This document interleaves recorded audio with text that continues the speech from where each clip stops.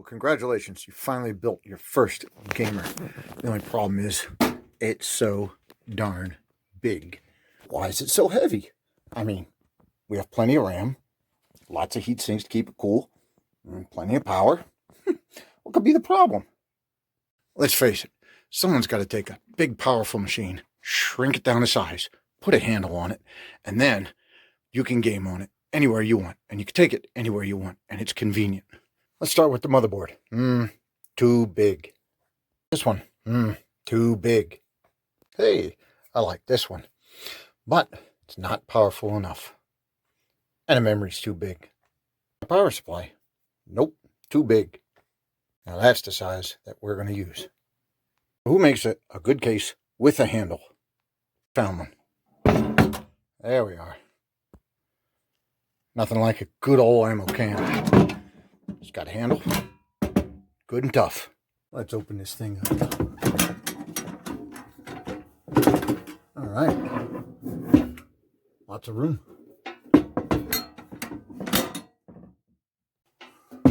Since there's no back door to this thing, no vents, we're going to need some really good cooling. Need to mount the motherboard on something. It's non-conductive. Plexiglass. Maybe a little bigger. Took a bigger piece of plexiglass and I drilled some holes in it. One's got the pattern of the motherboard.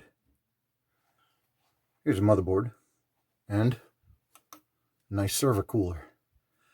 Mounted my hard drives, and I've put on heat sinks onto the hard drives so the air comes from the cooler across them and out the front.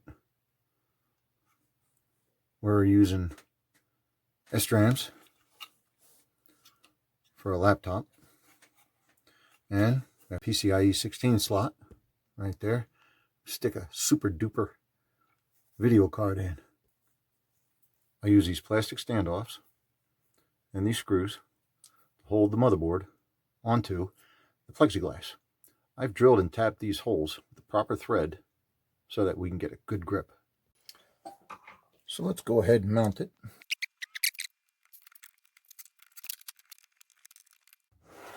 All right, she is mounted up.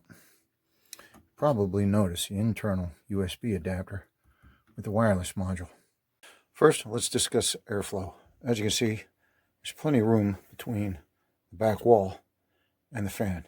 This is going to allow plenty of air to be drawn in from the sides and the top. Power supply is going to mount right there. This gives ample room for cabling and for air to come in.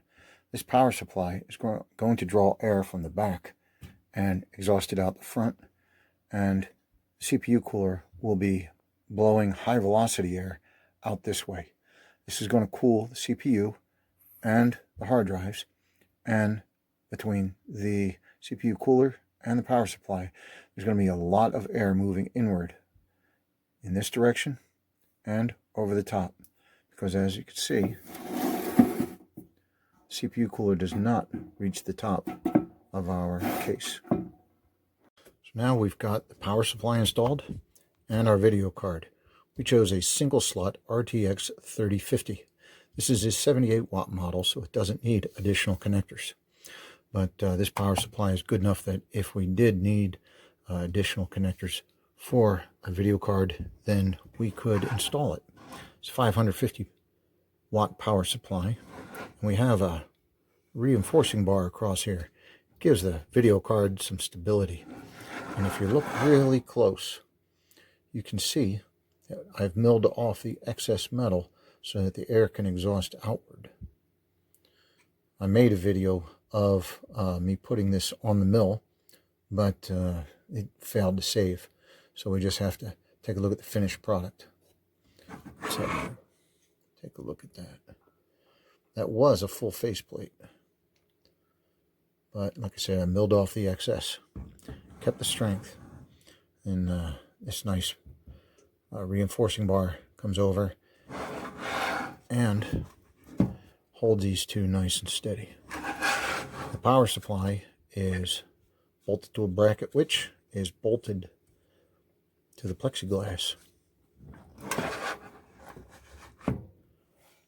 I'll take some some wire ties and clean up the wires. And for a little bit of bling, we've got some LEDs. Now it's time to put all this right into the ammo can. Almost forgot to show you. We've drilled 6 holes in the bottom of the can. And we have here a generic on-off switch. And it has a little hard drive light on the button itself. So we'll drill a hole in the side of this can, mount the button, then we'll stick the computer inside our beautiful case.